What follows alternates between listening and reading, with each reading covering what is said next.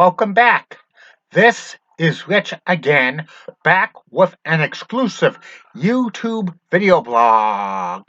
Tonight's YouTube video blog. Why isn't the sports fans in America interested in a professional spring football league?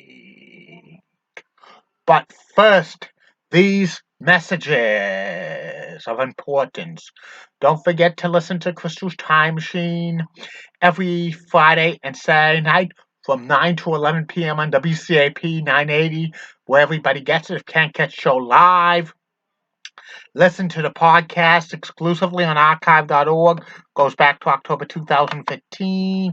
Follow Crystal on Twitter at Crystal Amy John and Michelle Crystal. Follow her on Instagram at Crystal Johnson. Follow her on Facebook, the official Crystal's Time Machine Facebook page, the official Crystal's Time Machine group page and game show fan page, and follow her on YouTube at Crystal Johnson, one exclusive video a week. And follow me on YouTube and Twitter and Instagram. And say hello to Broadway Pizza, the official sponsor of Crystal's Time Machine. And if you say the promo code Crystal's Time Machine, $2 off your meal, which is pretty good. Okay, and now on to the feature presentation. This video blog will be about why the sports fans in the United States of America will never embrace a spring football league. The NFL is the number one sport in the United States to watch and to attend games.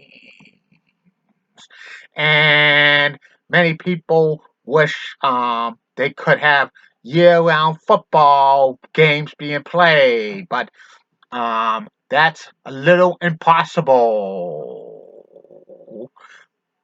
to have. They need a few weeks off in between seasons. And a lot of people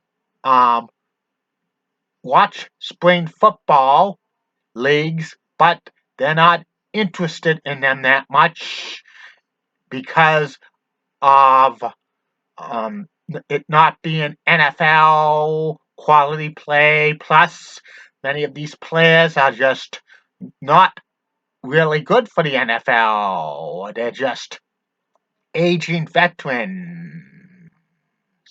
But there have been several attempts for spring football leagues in the United States to succeed.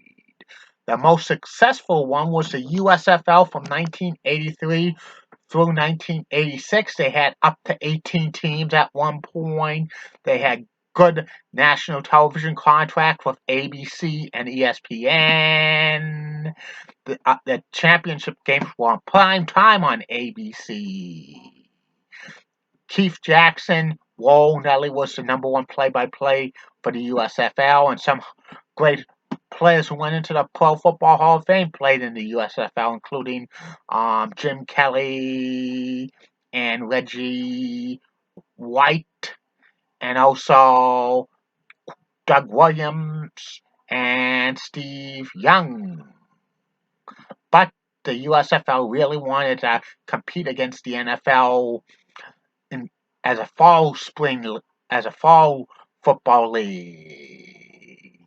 But it never happened, and the person who was responsible for that, for the USFL to go to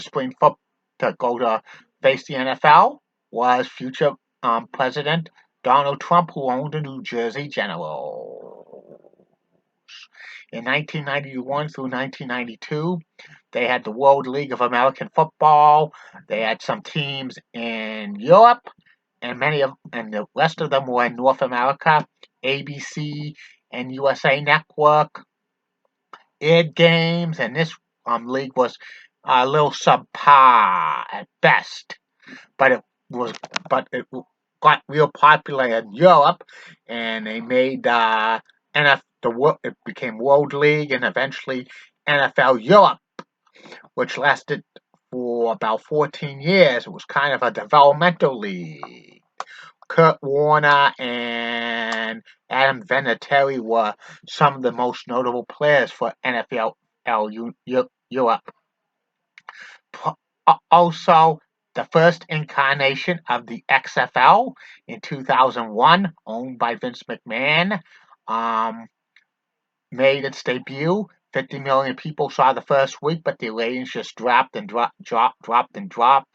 And it was kind of football hyped up with wrestling. Some people thought the games would be fixed, but it wasn't. But they had some innovations for the XFL that eventually made it to the NFL, like in your face cameras.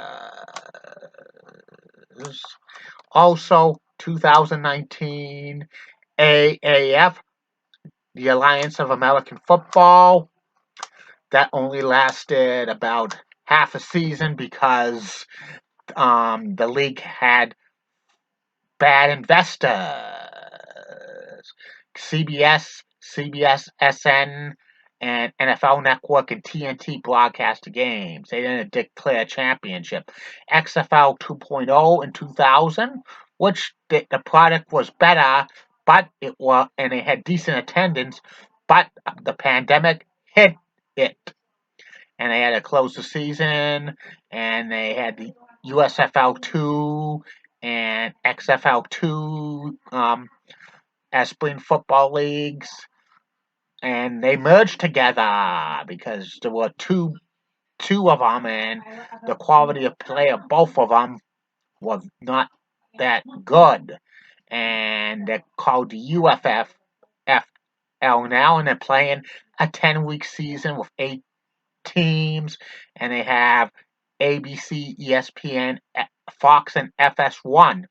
41 of the games will be on broadcast television, ABC, and Fox. And this might be the last chance of a spring football league in the United States to be successful, because being on broadcast television for most of your games, that's a big commitment for these networks. And hopefully they get decent numbers, like 1, 2, 3 million viewers. But some people would watch out of curiosity to see if the